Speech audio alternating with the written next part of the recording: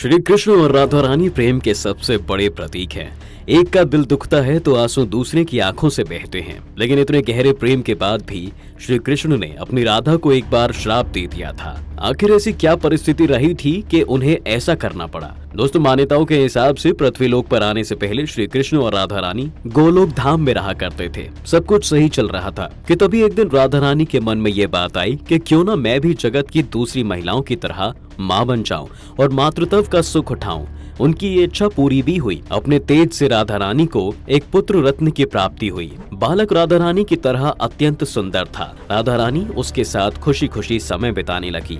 एक दिन जब वो अपने पुत्र को खिला रही थी तब उसने जम्हाई ली, जिसके बाद राधा रानी ने बालक के मुंह के अंदर जो देखा वो दंग रह गई।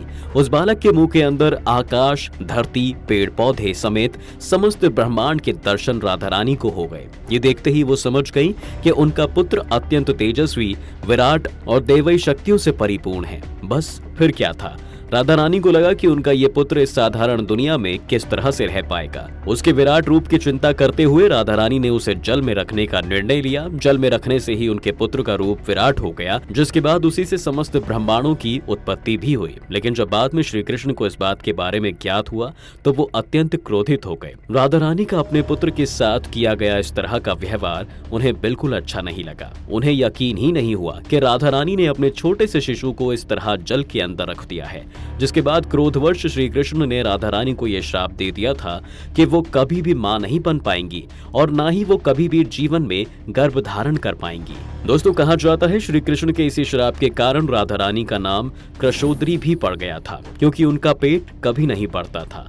राधा रानी के मां बनने की कहानी को काफी कम लोग जानते हैं, लेकिन सिर्फ यही उनके जीवन की सबसे अनोखी कहानी नहीं है। उनकी मृत्यु कैसे हुई इस बारे में भी काफी कम जगहों पर बताया जाता है। श्री कृष्ण के विषय में तो सभी जानते हैं कि द्वारिका के डूब जाने के बाद जब श्री कृष्ण एक जंगल में बैठे थे तब उनके पैरों में एक तीर लगा था और वो इस संसारिक दुनिया को छोड़कर फिर से अपने धाम को लौट गए थे।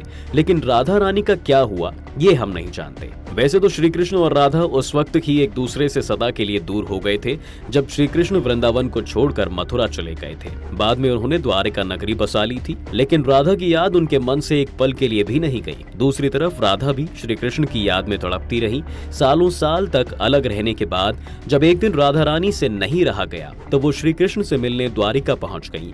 राधा को अपने सामने खड़ा देख कृष्ण अपने आंसुओं को रोक नहीं पाए। उन्होंने राधा से द्वारिका में रहने का ही आग्रह किया।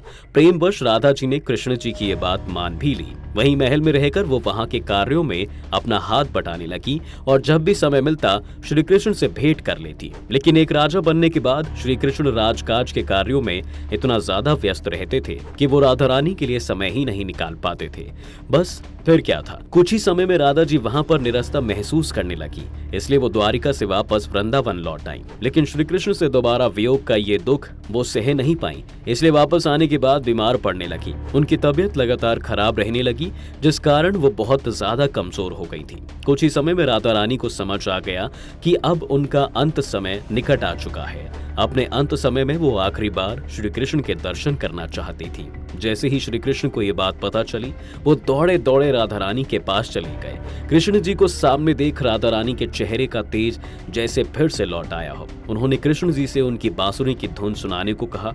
बस फिर क्या था, श्री कृष्ण ने एक मधुर धुन को छेड़ दिया। उसी धुन को सुनते सुनते राधा रानी ने अपने प्राण त्याग दिए। राधा रानी के जाने से श्री कृष्ण को इतना ज्यादा दुख हुआ कि उन्होंने अपनी बांसुरी को तोड़ ही दिया था। लेकिन राधा कृष्ण का प्रेम यहीं पर खत्म नहीं हुआ दोस्तों।